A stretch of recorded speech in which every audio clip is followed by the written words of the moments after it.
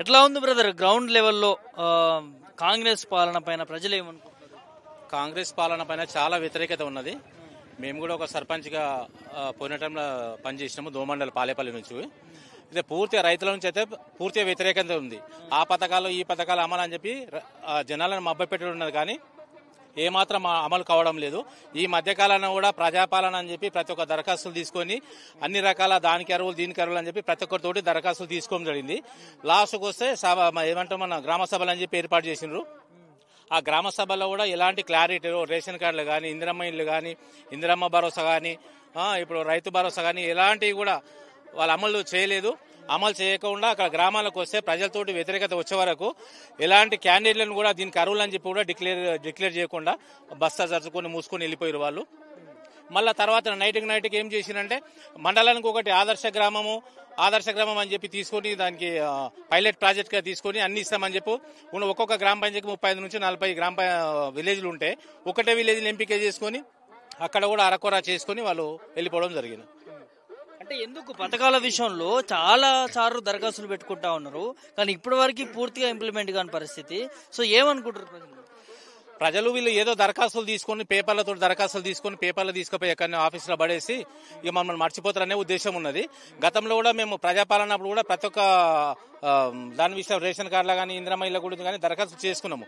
మళ్ళీ ప్రజాపాలన వచ్చి మొన్న ఏం చేసిన గ్రామ సభలు అంటే రేషన్ కార్డు రాని వాళ్ళు మళ్ళీ దరఖాస్తులు చేసుకోవాలని చెప్పి వాళ్ళు మళ్ళీ పేపర్స్ పంచడము ఫామ్ 20 పంచడం చేసిండు. చేస్తే మేము వెంబడి అక్కడ నిలదీసి అక్కడ వచ్చిన అధికారులతోటి ఏమి మాట్లాడడం జరిగిందంటే మేము మొన్న చేసిన దరఖాస్తులు ఉన్నాయి, ఆల్రెడీ ఆన్లైన్లో ఫీడ్ చేసినామని చెప్పారు. ఎంపీడీ ఆఫీస్లో ఆన్లైన్లో ఫీడ్ చేసినామని చెప్పారు. మరి ఇప్పటి వరకు కూడా మేము ఫీడ్ చేసిన ఎక్కడనే ఉన్నాయి కదా, మళ్ళీ ఎందుకు దరఖాస్తు చేయాలంటే అక్కడ వచ్చిన అధికారి ఏం చేసి వాళ్ళ పై అధికారికి ఫోన్ చేసి జనాల మధ్య పోతే ఈ రకంగా మమ్మల్ని క్వశ్చన్ చేస్తున్నాం సార్, దీనికి ఏం సమాధానం చెప్పాలి మేమంటే ఆ పై అధికారితో మాట్లాడుకుని అవసరం లేదు దరఖాస్తు అని చెప్పి క్యాన్సిల్ చేసుకుని వెళ్ళిపోయారు.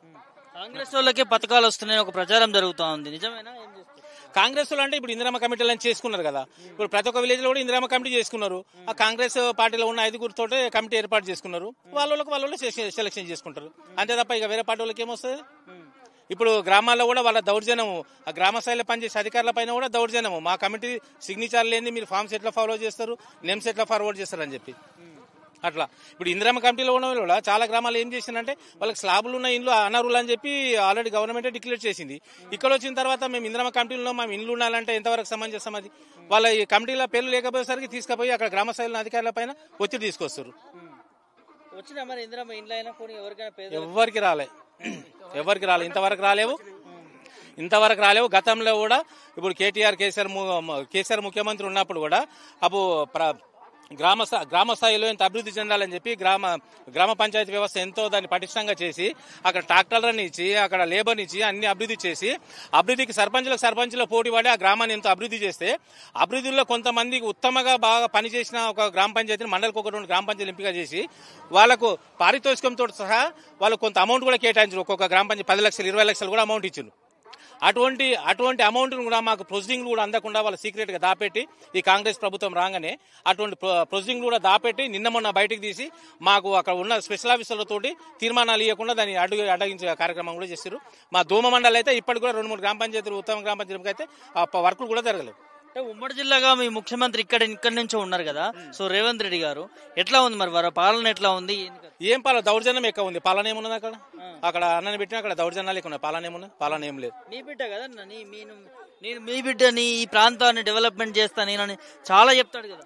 ఏడే చేస్తున్నావు డెవలప్మెంట్? అంటే తీసుకుపోయి అక్కడక్కడ గొడవలు చేసి రైతు భూమి సేకరణ అవి చేసి గొడవలు చేసి అంతవరకు జరుగుతుందని ఎలాంటి అభివృద్ధి లేవు.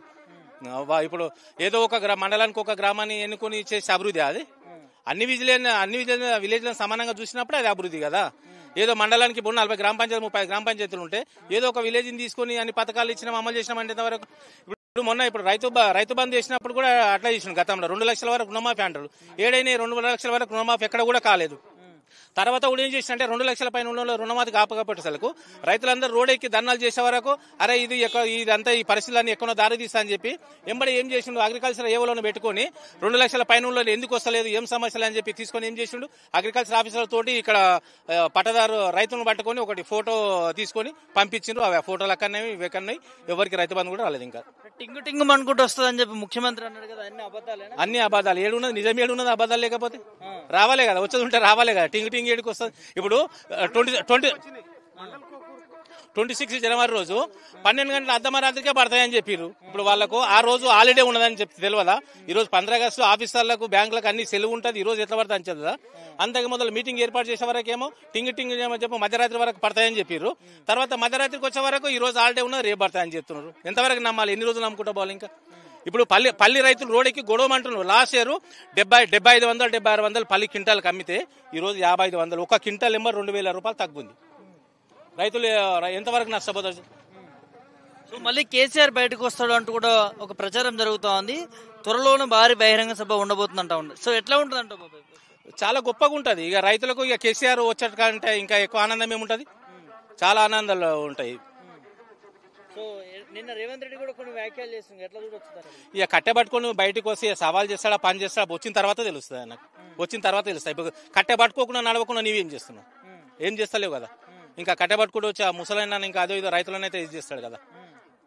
ఇప్పుడు రైతులకు కూడా పెద్ద రైతులు చిన్న రైతులు అని చెప్పి తారతమ్యాలు తెచ్చి తేడాలు తెచ్చి ఇది చేస్తుండ్రు. పెద్ద రైతులకు అదేమంటారు రైతు బంధు ఇవ్వద్దు అని చెప్పి ఇది చేస్తుండ్రు. పెద్ద రైతు కూడా రైతు బంధు ఇస్తే ఏమైతే ఇప్పుడు చిన్న రైతు ఉంటాడు, ఒక 2-3 ఎకరాలు ఉన్న రైతు, 2-3 ఎకరాలు ఉన్న రైతు ఆ 2-3 ఎకరాల పంట వేసినప్పుడు వాళ్ళు కుటుంబానికి 1 ఎకరా పంట ఖర్చు పోయినా కూడా మిగతా 2 ఎకరాల పంట పెట్టి జనానికి రాష్ట్రానికి ఎంతవరకు ధాన్యాలు సప్లై చేస్తాడు? ఇప్పుడు 10 ఎకరాలు ఉన్న రైతు కూడా నువ్వు రైతు బంధు ఇచ్చినప్పుడు ఏమవుతుంది అంటే ఆ 10 ఎకరాలు ఉన్న రైతు కూడా 10 ఎకరాల పంట పండించినప్పుడు రకరకాల పంటలు పండిస్తాడు. రకరకాల పంటలు పండించినప్పుడు 1 ఎకరా 2 ఎకరా వాళ్ళ కుటుంబానికి అవసరాలకు పోయినా కూడా మిగతా 7-8 ఎకరాల పంట పడితే రాష్ట్రానికి అన్ని రకాల ఉత్పత్తులు అందుతాయి, పంట ఉత్పత్తులు అందుతాయి. ఇక్కడ పంట ఉత్పత్తులు లేనప్పుడు ఏమైతే మనం వేరే రాష్ట్రాలకు తీసుకురావాల్సి వస్తుంది. వేరే రాష్ట్రాలకి వచ్చినప్పుడు ఏమైతే ఇక్కడ రేట్లు పెరిగిపోతుంది. అప్పుడు ఇబ్బంది పడేది ఎవరు? జనాలే కదా. వీళ్ళు బాగుంటారు, ఇబ్బంది పడేది జనాలే కదా. అందుకే ఇప్పుడు పెద్ద రైతు చిన్న రైతు అని తేడా లేకుండా కేసీఆర్ అందరినీ సమానంగా చూసి ఎన్ని ఎకరాలు ఉంటే ఆ ఎకరాలకు సరిపడా అమౌంట్ పంపించిండు. ఇప్పుడు ఎలక్షన్లప్పుడు ఏం చేసిండు? 7500 అన్నారు ఎకరాకు. ఇప్పుడు లాస్ట్కి వచ్చి 600 అంటే ఎంతవరకు కరెక్ట్? అది రైతులకైతే చాలా ఇబ్బంది పరిస్థితుంది. కేసీఆర్ ప్రభుత్వం రావాలి, మళ్ళీ కేసీఆర్ రావాలి, సారే రావాలి, రైతులను ఆదుకోవాలి.